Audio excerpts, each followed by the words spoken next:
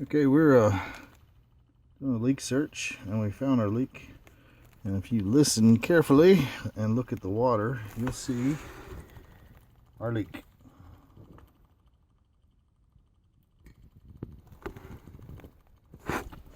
Not very often do we ever run across Goodman aluminum coils that are leaking, but we're going to pull this out and see if it was improperly installed or something. So we'll show you that here in a second, because it probably was with the issues that we got right here with the coils and everything. We'll show you what it looks like here in a second. Okay, so we sprayed it with our soap bubbles. We weren't able to see it. It's leaking on the inside between the two. If you see here, there's two rows here. And it was actually leaking in between the two rows. We saw little teeny bubbles down here. It's in this general area, but couldn't get that one on film, and UV dye is not really showing up on film either. So anyways, we're gonna be replacing this one. And first we pumped down the unit just for ease at this point, because we do have a large leak. We want to make sure it's isolated to this side before we go ahead and do a full recovery. So next we're going to disconnect liquid line side, and then we're going to cut this, and we're going to look at our piston type and ensure that we have the right piston, which is very important depending upon, let's say this is a 30-36 coil. You got two piston choices, and you want to make sure that you've got the right one installed based on your outdoor unit. Which most of the time they'll come with the 30 piston, and if you got a 36 outdoor unit, you've got the wrong piston. It takes away some of the BTUs and efficiency and whatnot. So we're going to get to work on that, and I'll show you that. Okay, today we're going to show you how to do a pump down. Pump downs are when you want to pump the refrigerant back into the unit. Some units you can do a complete pump down, where you are basically sucking the refrigerant back from the evaporator coil back into the unit. Not all units will let you do this. A lot of them have high pressure switches that will cut it out, or even the compressor itself has an internal pressure switch that will cut it out. But on a lot of the Goodmans, if you're going to do, like in this particular case, we have a leaking evaporator coil, which we are going to remove all of the refrigerant because we probably have contaminants in it. But we are doing this as a way to isolate just the lines and the coil to ensure that we find the exact spot. So right now, first thing we're going to do, you want to take off your service cap off of both sides, and then you're going to make sure that you have a service wrench, or at least Allen wrenches, but you're going to close down the liquid line side all the way, because you don't want liquid coming back to the or back up to the evaporator. You're trying to pump it all back. So we are going to use the compressor as kind of a recovery machine, and then we are going to put our service wrench here in the suction side, getting it ready. And then we're going to take off the panel. And a lot of these units, as you can see here, is we have a cover over top of the contactor. So you're going to want to remove this, but make sure that you save it and get it back, because these are pretty much there for, like, ensure the ants, bugs, stuff like that don't get in there. But for our case, we're going to want to press this down. You want to make sure that you are using an insulated tool and you are not making contact, because this is high voltage, and we'll get it to turn on. So as you see here, it's pumping down. Now what it's going to do is it's going to pump everything back from the coil into the unit and whatnot. You're also going to want your gauges, which we don't have on here right this second.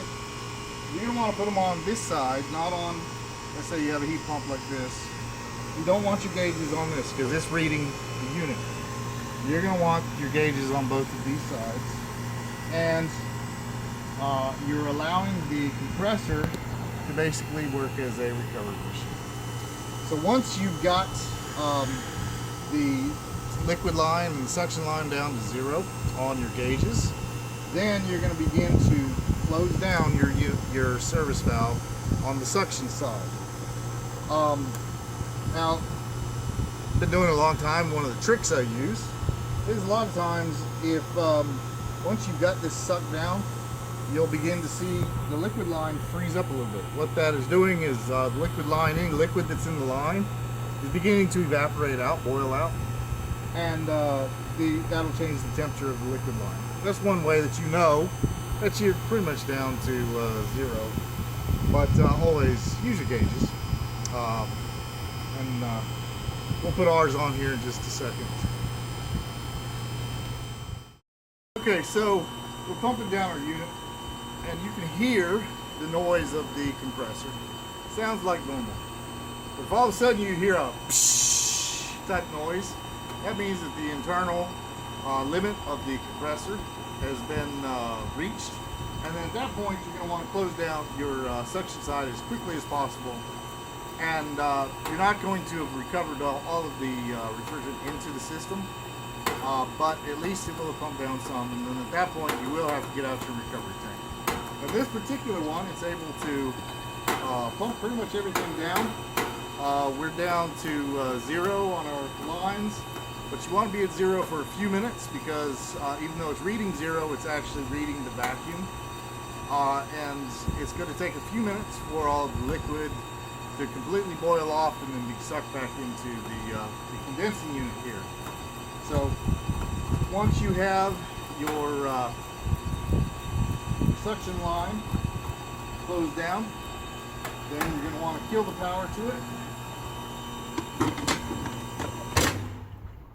And all of your refrigerant is pumped back into the unit. Okay, so we got our new coil here, and we're going to be placing it in. Be sure not to grab it here or along the capillary tubes here, because you can bend it, cause weak points here. You can really cause some issues. So you're going to grab the back side. You're going to fold it in like this.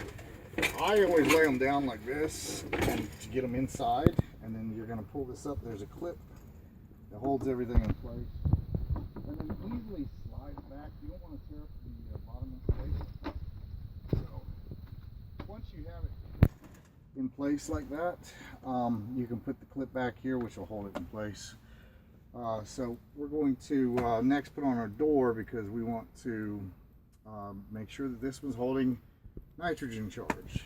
If now one way you can test it here, another thing that you need to do here is you're going to see, get something to do that with, is our, so we're holding nitrogen, as you can see here, but once we got this door on, we're going to take this shredder valve out because this pipe's going to get very hot, and you know, with your service valves, you always take out your shredder valves because it's only a little thin piece of plastic that's holding all that pressure back. Majority of these aluminum coils are leaking at this section right here. The one we showed you had a leak in the actual coil, which the first one I've ever run across. So we're going to do all that, and we'll show you that in a second. Okay, so we've removed our little valve core here. We got our insulation here. We're going to use our cutters to pull back the insulation, and so that we don't melt our insulation. I've seen way too many where you get back here and you get it all melted. The insulation becomes melted, and for whatever reason, they're not making this as flame retardant as it used to be. And then it smells. It gets the smell throughout the whole system. So pull it back. So now we're going to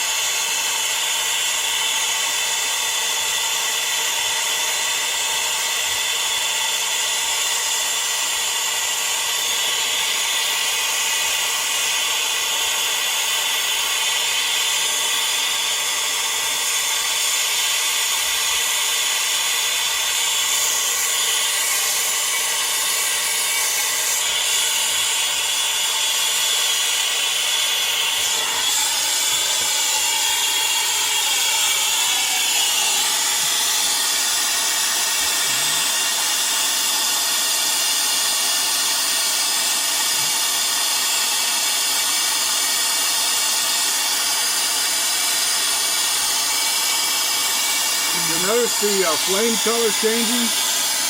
That's how you know that the joint is getting hot enough. When your flame changes over to that greenish orange flame, that means you're right at the right temperature. We got a nice blue one.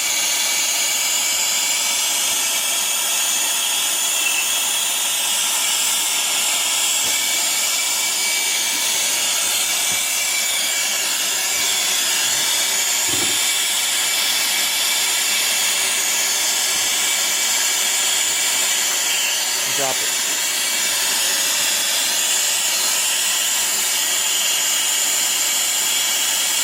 Now it's all nice and orange. We're going to let the brazing rod just flow right into the joint. And yeah, we're going to use every little bit of it. Excuse me.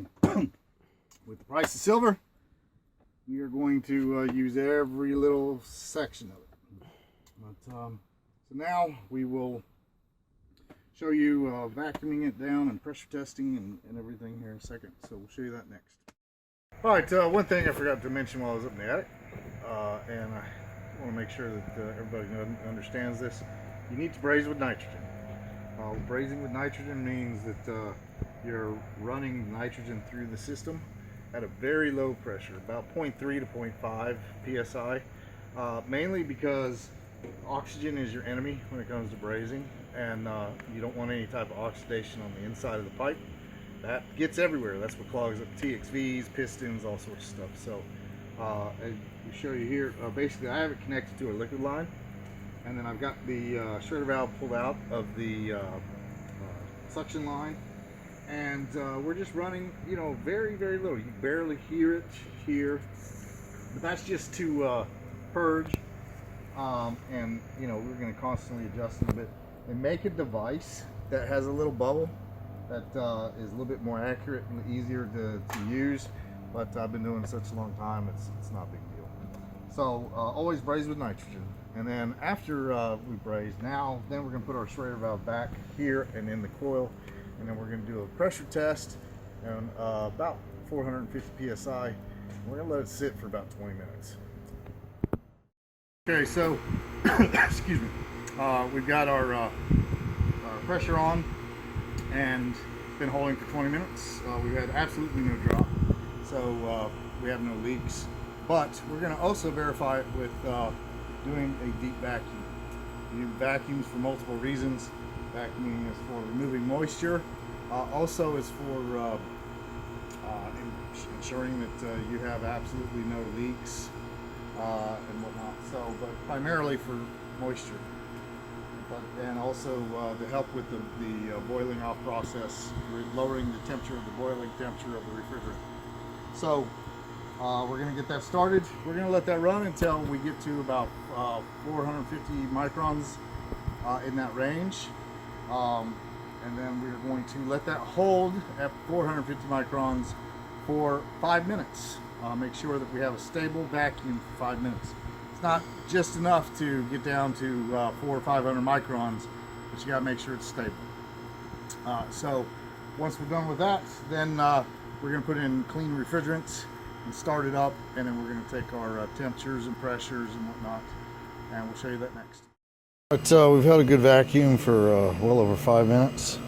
So now we're going to charge the system, and because this is piston, we're going to be working with superheat. Alright, so we took our wet bulb and dry bulb. Our calculation on this one, because it's extremely hot up in the upstairs and we had a high wet bulb, was 38 degrees of superheat. We got it at 38. We're getting a 22 degree drop across the coil. As time goes on, it'll get even better. But we are done, so always like, subscribe, and have a great day.